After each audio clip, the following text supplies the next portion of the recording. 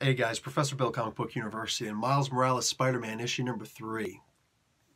I'm putting this comic book, it's only issue 3. Quiet. I'm putting this up in the ranks with Black Bolt, that comic book that came out where every single issue was amazing. Wow, this is really good. This is going to end an arc. Oh, after only 3 issues? What? This was beautiful, though. Let me read this to you. We got Saladin Ahmed as the writer, Javier Garran as the artist. The colors are done by David Curiel. Letters, VC's Corey Petit. Cover artist, Marco D'Alfonso. Variant cover, Dan Panosian. And the original Spider-Man, the concept was created by Stan Lee with art by Steve Ditko.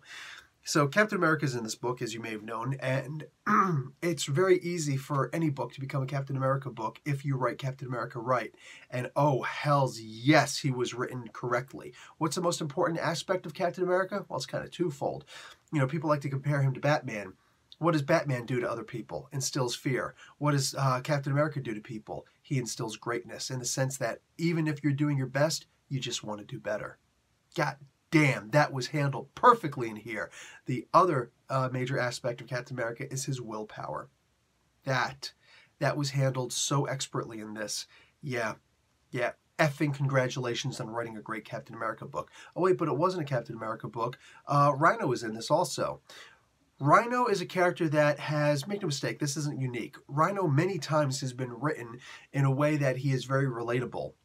Usually in Spider-Man books, where he's very relatable. He seems like a character that you just feel so bad for. I mean, what a horrible situation this poor guy has been in. And he's not the smartest cookie that you're going to come across. You know what I'm saying? He's like a box of hammers with, you know, separated heads from handles. I mean, he's just not bright. And that's sad, you know what I'm saying? And it's like it gives him an excuse almost, an honest-to-God excuse to be not just dumb, but to make dumb mistakes and to get angry all the time. He's like a caveman who, you know, puts his hand in a fire and burns himself and gets mad at the fire and stomps out the fire, therefore causing himself to freeze to death. Like, that's the kind of person that I see Rhino as. Now, so I say it's not that unique that somebody writes Rhino the way that Saladin Ahmed has written Rhino in this. But what I will say is your average person usually winds up writing him as just some big dumb oaf who gets his butt handed to him by anybody, anybody who needs to be shown really quickly that he's awesome. He's usually appears in somebody's first, like it could be a Misty Knight comic book or anything, you know? Characters who it's like, okay, I get it, they're tough, but you just had this person, whoever it is, beat up on the Rhino in the first issue just to establish how tough the character is. You really couldn't think of a different way to do that? Really? You just had to completely dump all over this character, and how many times that happened to Rhino, Sabretooth, Juggernaut, Doomsday, you freaking name it. They've done it to these powerhouse characters, these terrifying characters who are supposed to really instill fear in people. How am I supposed to believe that Rhino is a threat to Spider-Man when freaking Misty Knight just took him down in one hip toss? I mean, did anyone stop to think about that? So, yeah, that's annoying. And Saladin Ahmed refused to fall into that trope. And he instead wrote a really good, solid, relatable, likable, pitiable, and enviable character. And that's, I don't know from experience, but I'm imagining that's not easy to do.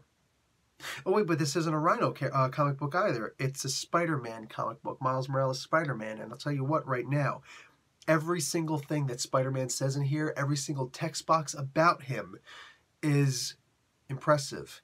More than that, a lot of times the text boxes are actually used as thought bubbles, meaning that he's kind of narrating, but from the first person. Almost as if he's writing down journal entries, which, oh wait, that's right, he is, isn't he? I love the way that this book is written. You go ahead and show me a flaw in this book, all right? Because I can't find one. This is written so well. The art in here, Javier Garran, David Curiel. This book is just so expert. This is like that, you know, it's like, oh, here's comic books, here's really good comic books, here's next tier. And that's where this comic book belongs, on that next tier. This is I could give every single adjective I can think of that's positive and still not quite touch on how much I love this book. To get all these characters right, Mr. Ahmed, thank you. Thank you for finding these characters that we love, that have been treated like crap, and you come along. And I've said this about Jim Zub before. I've also said this about Ed Brisson before. This is the third time I recall actually saying this before. Saladin Ahmed knows these characters. He ignores all the nonsense that other people have done, not casting shade. That's why I'm not casting names. I'm just saying. And he gives us solid characters we can believe in. There's a new character in here, a bad guy in here, and actually seems like a pretty interesting character.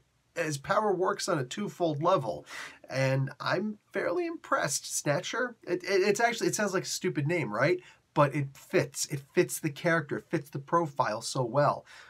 Like I said, go ahead, find me a fault in this comic book, because I looked, can't find any. And you know me, I'll try and rag on the littlest thing in here. You know what I'm saying? In a comic book, I'll try really hard to find something I don't like just to try and give you an idea. And sorry, I failed in that mission.